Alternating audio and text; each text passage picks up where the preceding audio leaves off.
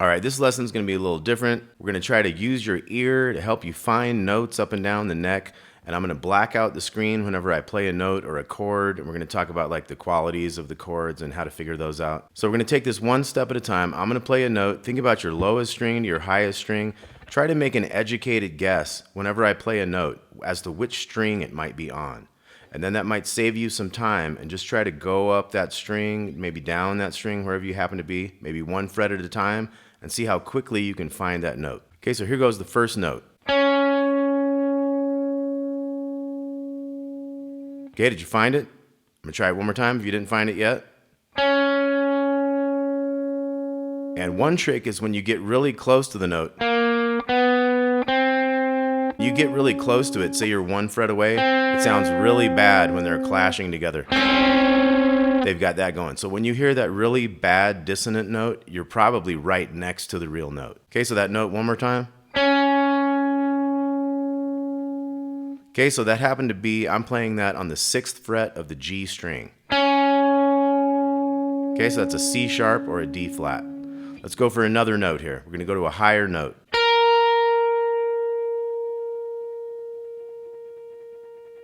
Okay, did you find that one yet? Let's try it again.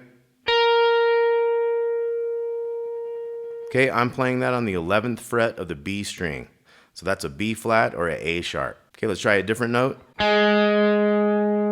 So obviously that's lower than both of the other notes. So think about where the note is as far as low to high and which string it might be on to help you kind of get there quicker.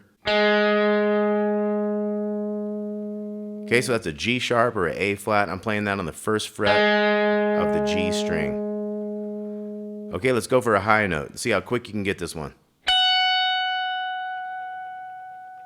So obviously that's really high, so it's on the little E string. Did you get that one yet? So that's the 14th fret of the small E string. That's a F sharp or a G flat. Okay, let's try a low note. Okay, so that's obviously on the big string there. That's the 4th fret. That's a G sharp or an A flat. Okay, so I'm going to go a little bit faster with these notes. Did you get that one yet? All right, here's another one. There's another one. There's a low one.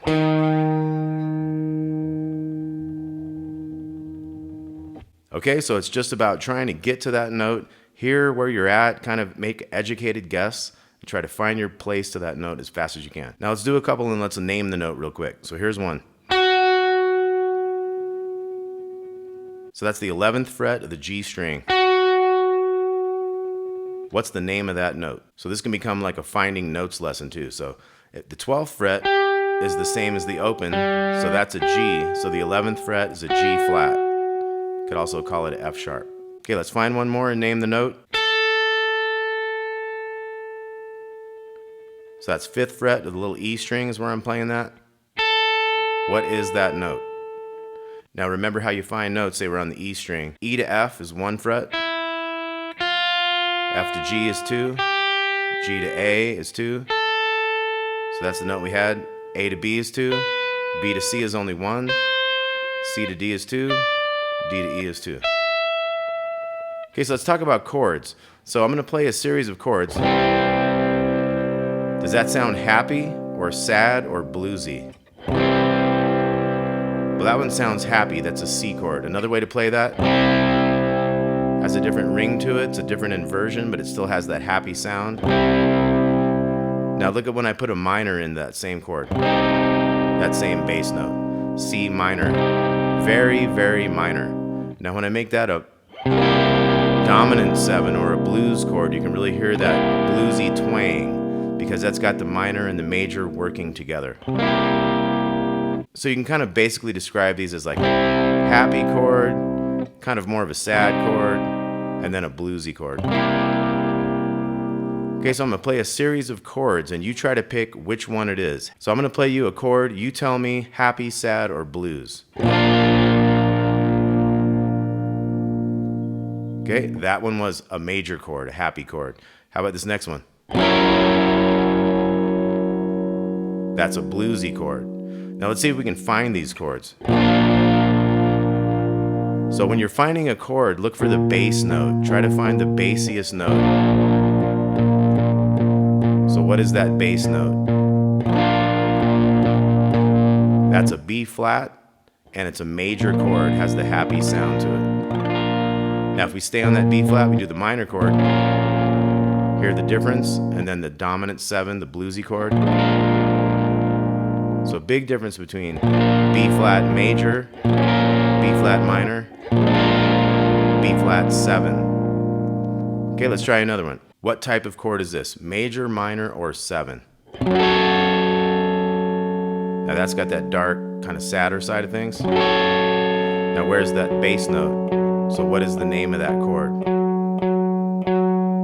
That happens to be a F sharp. It's a F sharp minor. Okay, here's another chord. Happy, sad, or bluesy. And where's the bass note? Okay, so it happens to be a D major. That's a D, happy side of things kind of chord. Okay, let's try a new one.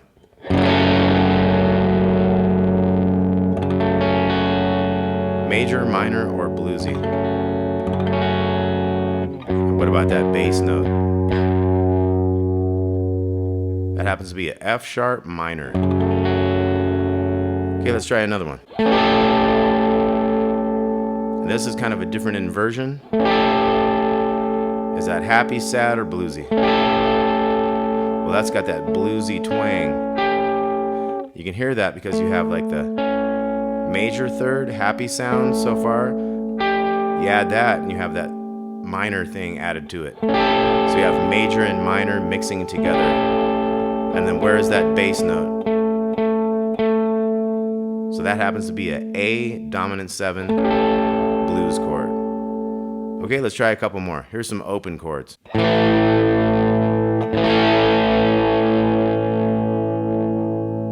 So what was that one?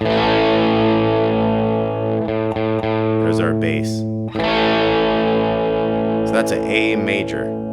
Let's look at A minor. Drastic difference, right? And then A7. Once again, very different. Okay, let's try a little bit more. Let's try to find a high note. How fast can you find that note? How fast can you find this note? Let's find another.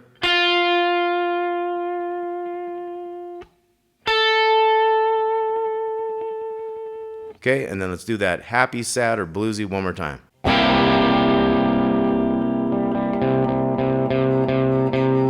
C7.